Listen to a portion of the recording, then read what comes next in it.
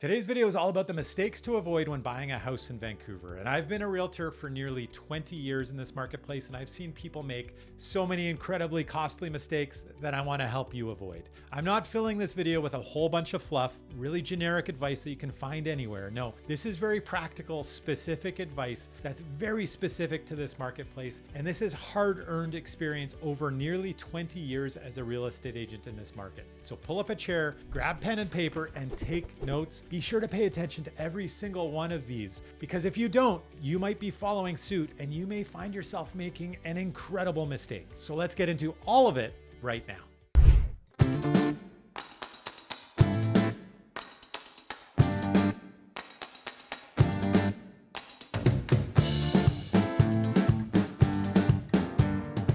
I'm Sebastian Albrecht with Living in Vancouver, BC team, and welcome back to the channel. As you know, this channel is all about moving to and living in Vancouver, and I put out videos just like this one every single week. And this week, we're talking about the mistakes you want to avoid when buying a house in Vancouver, and we're going to jump right in here. So mistake number one is not realizing or not paying attention to nature. I see this over and over again, but there's a few things that you really need to be aware of. Even though we're buying in the city, perhaps, maybe you're buying in the country, but I'm going to focus on the more urban areas. And whether you're in the city of Vancouver, in Burnaby, in Richmond, or in Abbotsford, it may not really feel like you're in nature anymore. You're surrounded by concrete, everything is built up. But the reality is the city and every part of the city is built on nature in one way or another. And nature really wins in the end, right? And you want to pay attention to the little bits of nature that poke their way through. So number one would be bogs. And this is an issue specifically in the city of Vancouver, but also in some of the outlying areas where essentially homes are built and the city is built on top of marshy areas. This becomes a real problem for the houses that are built in those areas and for the people that buy those houses. If you're not aware of what you're buying, you may be buying into an incredibly costly mistake, because the bog can really impact the structural integrity of the home over a long period of time. And in the areas where we do have bogs, you can see a lot of sloping that happens, a lot of settlement that happens, because the ground is essentially soft. And as weight is put on it, the weight that sits on those boggy areas starts to sink in. And so there are specific areas in the city of Vancouver, as an example, and in the city of Burnaby that I'm aware of that are bogs, or once were bogs with houses built on top of them.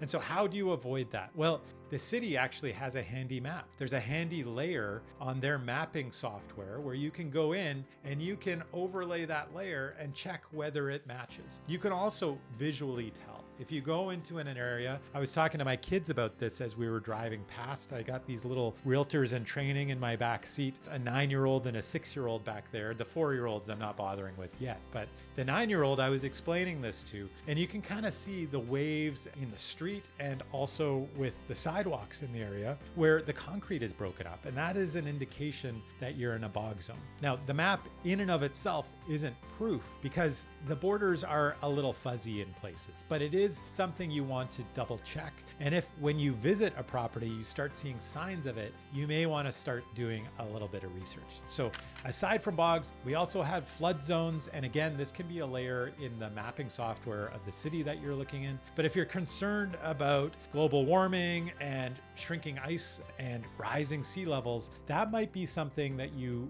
may want to take into account. And there may be parts of Metro Vancouver that you may want to avoid because of the flood risk. And then of course, there's also the Fraser River, which comes right through. We are, after all, essentially at the delta of the Fraser River. And so there are significant flood zones throughout Metro Vancouver that you do want to pay really close attention to. And if that is something that you're worried about, that might not be something that impacts you today, tomorrow, but maybe 5 years from now, or maybe even 20 years from now.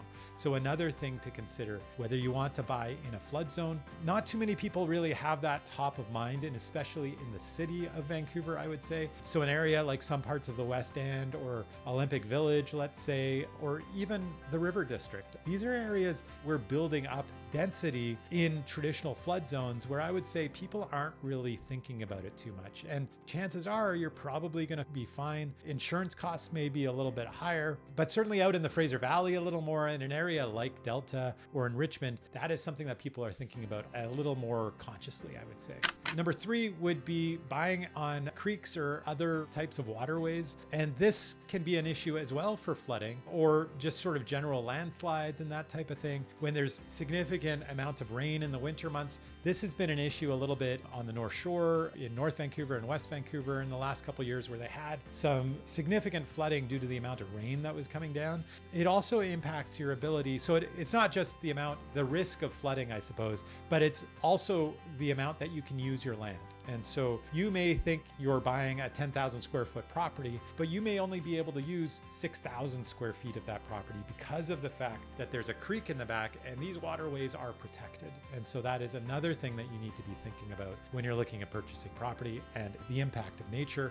And finally, the other thing that I think you need to be thinking about is the slope of the land. And so if you are, again, on this 10,000 square foot parcel, well, if 4,000 square feet of that is really steep, maybe it goes straight up at the back of your lot, that's not really usable space, or perhaps it slopes off at the front of your lot. And so you do want to be thinking about that when you're paying for it, whether it is space that you can actually use. And in the way that you compare it to another lot, are the amounts of land that you're comparing, are they of equal value or not for the useful space that you're paying for? And so that's a comparison that some people sometimes will fail to make. And that's an important distinction, especially when you're thinking about the slope of the land. But the other thing about the slope of the land that I touched on a little bit ago is also the risk of landslides or flooding. And so there are areas on mountainsides around Metro Vancouver where you have to be conscious of the fact that you are out in nature, that this is a mountain behind you. There could be an avalanche, there could be a rock slide, there could be a mudslide of some kind. And there are cases where essentially an entire section has been washed away in typically what is heavy rain is where there's the most amount of risk. And again, just something that you want to be conscious of. You don't want to take any of this lightly. Really think about the fact that nature does exist, that we haven't just because we've covered it with a bit of concrete and a home doesn't mean that it isn't going to impact you and your investment.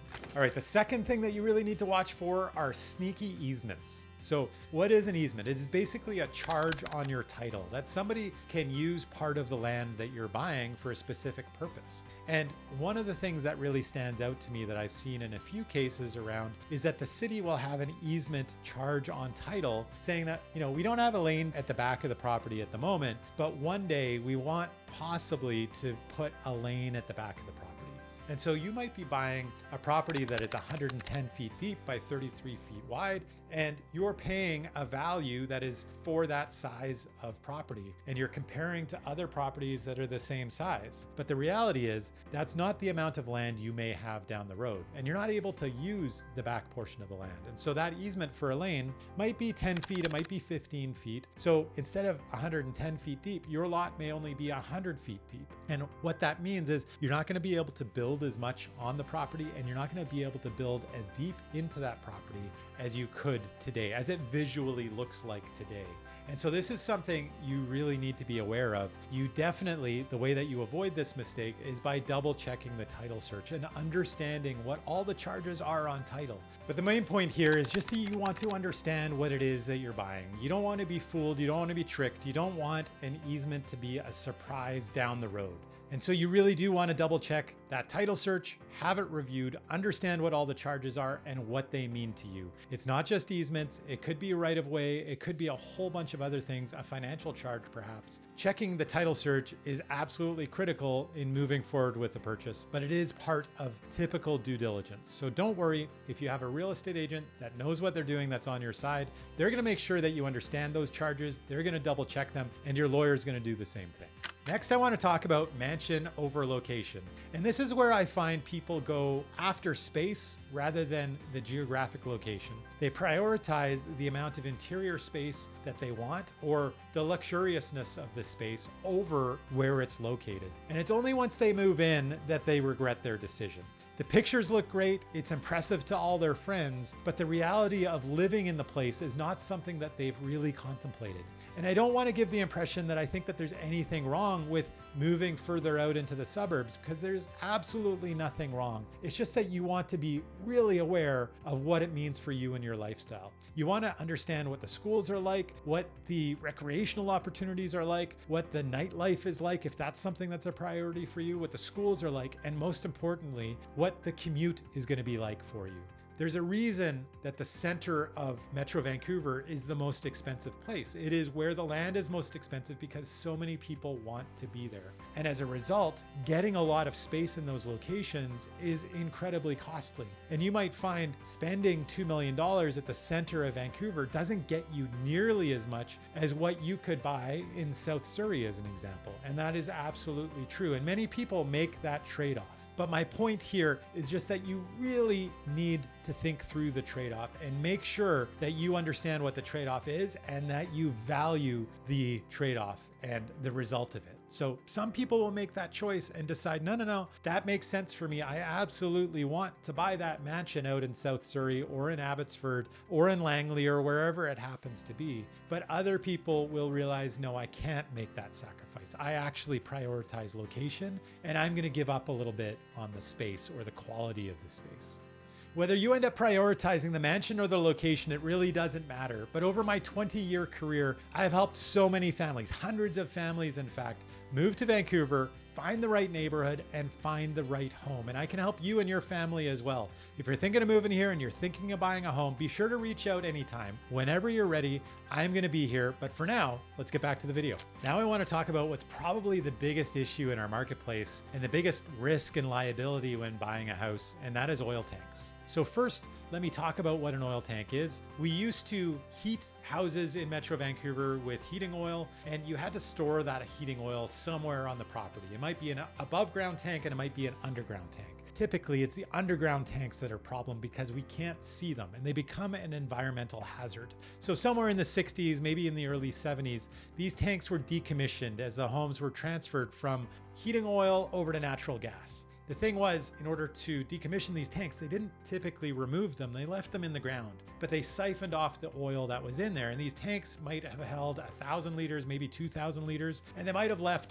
50 liters, 100 liters, maybe 200 liters of oil left in that tank. And over the years, in the intervening 40, 50, 60 years, those relatively empty tanks fill with water. There's moisture that builds up and there's this oily swill that develops in there. And then of course, these tanks might also rust. And once they rust, then the liquid leaves the tank. And of course, if you're not on flat ground, if you're on a slope, well, the oil that is in your tank may go from your property down over into your neighbor's property or into a few neighbors' properties down the road. And that is where the risk and the liability really comes in. And that is where the problem lies. So today, when you're buying a house, you really want to make sure that you understand whether there's an oil tank present, if one existed, whether it's been removed properly or not, and you want to shed the liability that's involved. So quite often, this is a negotiating point between a buyer and a seller, and it really depends on whether the market is more of a buyer's market or more of a seller's market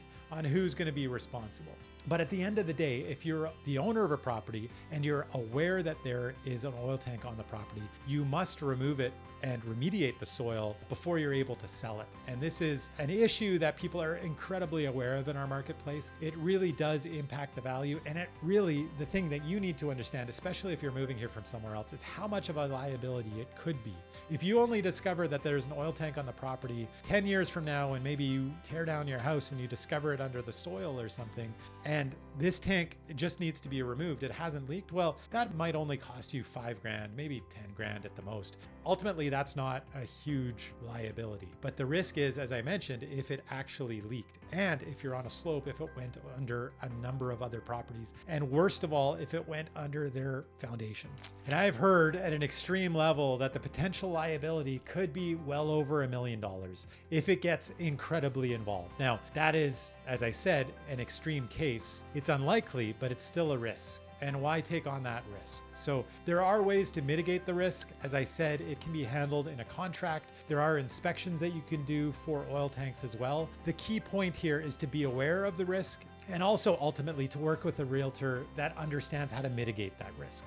So one of the things that I talk about a lot with my clients is they're going to be most interested in what it's like for them to live in this space. They're going to understand what their own priorities are, what their own wants and needs are better than anybody else. But one of the real values that I can bring to the table is an understanding of how the market perceives certain issues. And ideally, sort of what is it going to be like down the road to sell that property? I don't want anything to be a surprise for my clients. And this is where this current topic, what I'm calling subjective stigmas, comes into play. So a stigma is really anything that impacts the saleability or the value of a property. And some of these things may not be an issue for you. You may not really care, but you're going to want to understand how it impacts the market and how it impacts the value, because one day you may need to sell your home and you don't want these things to be a surprise. There's nothing worse than a surprise. So some of these examples I would say would be a busy road. I remember selling a property a number of years ago that was right on the intersection of a busy road, and so many locals hated it. They couldn't stand the location, and it was a really difficult sale.